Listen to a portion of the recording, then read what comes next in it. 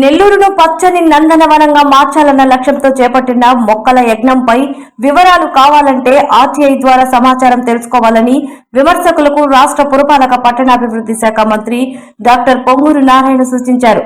మూలాపేటలో plantation ఆదివారం ఆయన పరిశీలించారు. ఏపుగా పెరుగుతున్న చెట్లను మీడియాకు చూపించారు.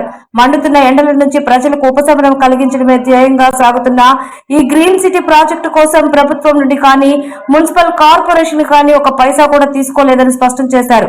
నా స్నేహితులు పూర్వ విద్యార్థుల సహకారంతోనే ఈ భారీ కార్యక్రమాన్ని పూర్తి చేశామన్నారు. విమర్శలు మాని ఆర్టీఐ ద్వారా వివరాలు సేకరించి విషయం తెలుసుకోవాలన్నారు. భవిష్యత్తులో కూడా సొంత వనరులతోనే నగరాన్ని పచ్చదనంతో నింపుతానని, పర్యావరణ పరిరక్షణలో రాజీ పడే ప్రసక్తే లేదన్నారు.